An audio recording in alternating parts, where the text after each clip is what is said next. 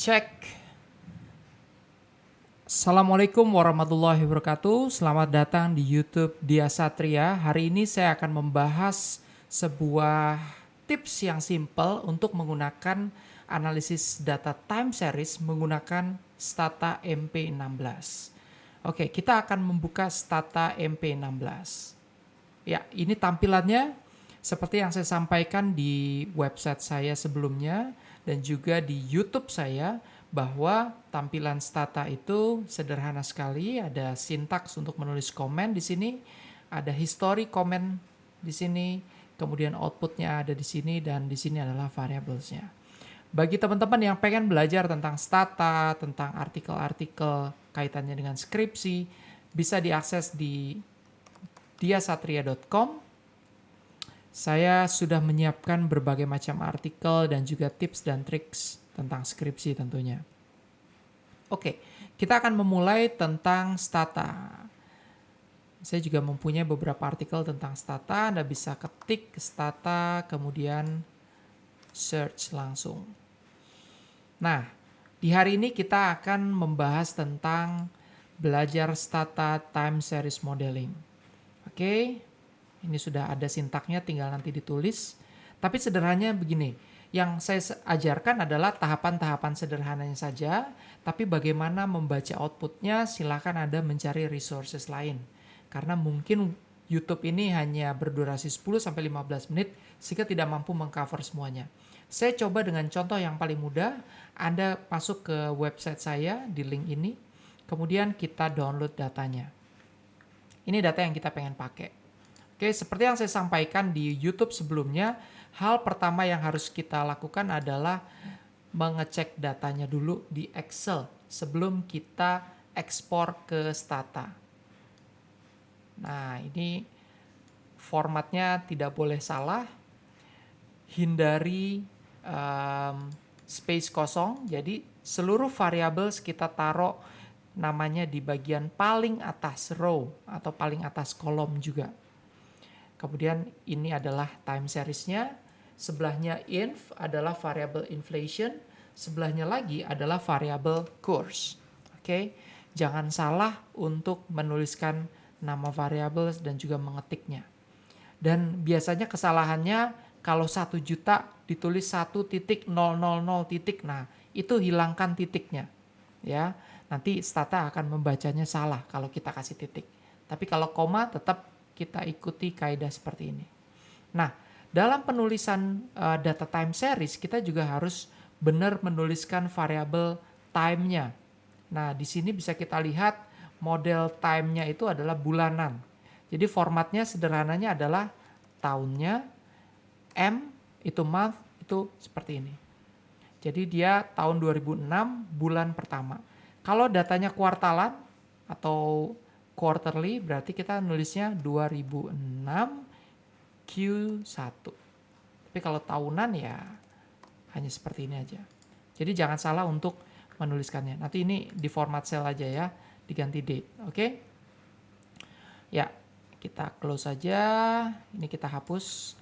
Kita sudah tahu model datanya seperti ini. Jadi di sini kita ingin menganalisis data time series inflation kita bandingkan dengan course. Kita ingin melihat korelasinya, hubungan antar variablesnya.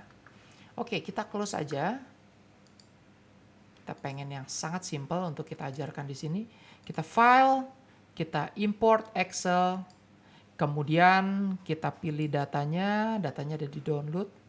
Ini datanya. Kita open dan jangan lupa klik import first row as variables name. Kita oke. Ya, inilah data kita.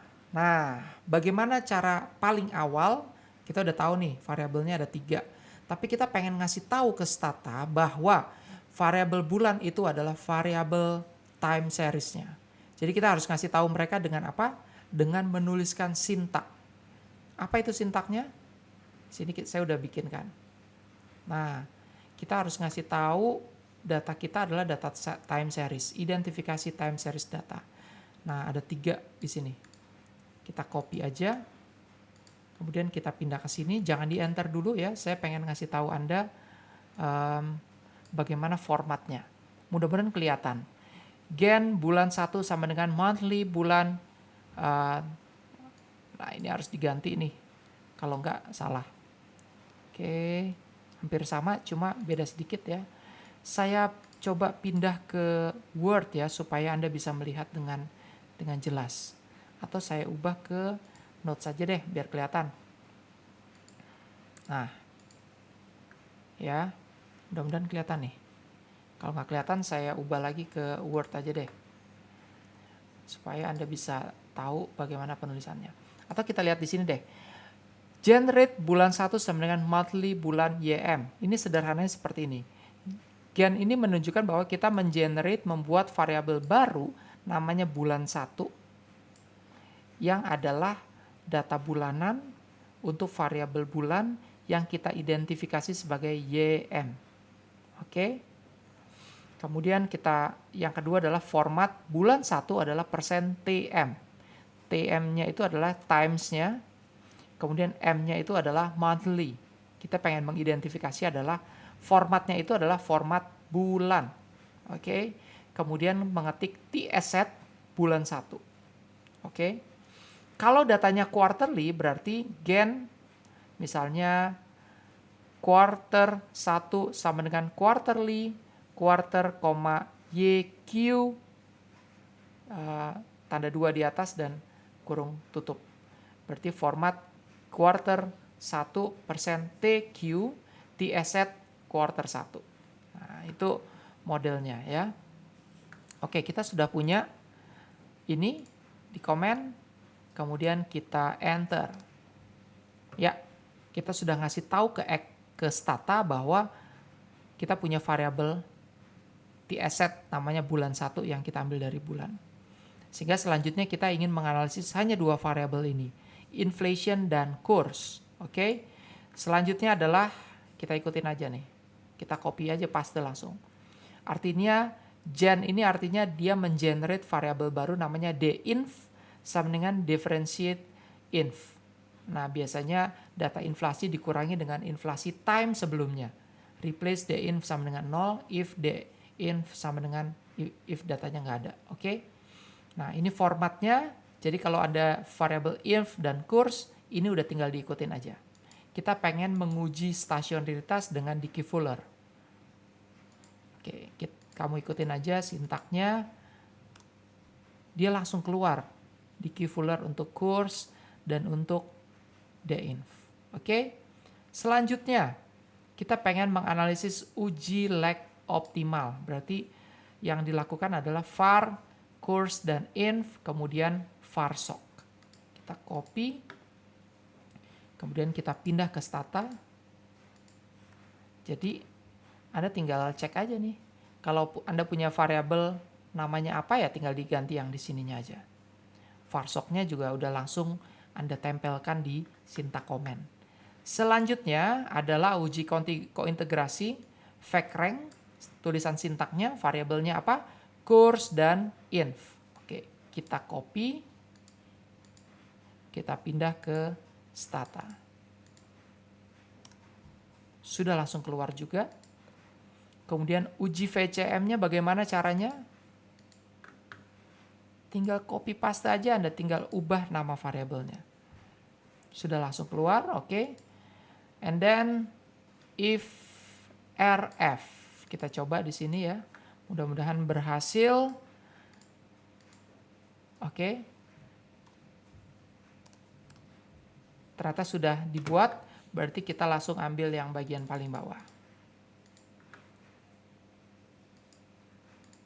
Tinggal nanti diikutin aja formatnya. Nah, jadi impulse response function-nya seperti apa? Nah, di waktu keberapa dia kembali ke titik semula. Dan yang terakhir adalah variance decompositions.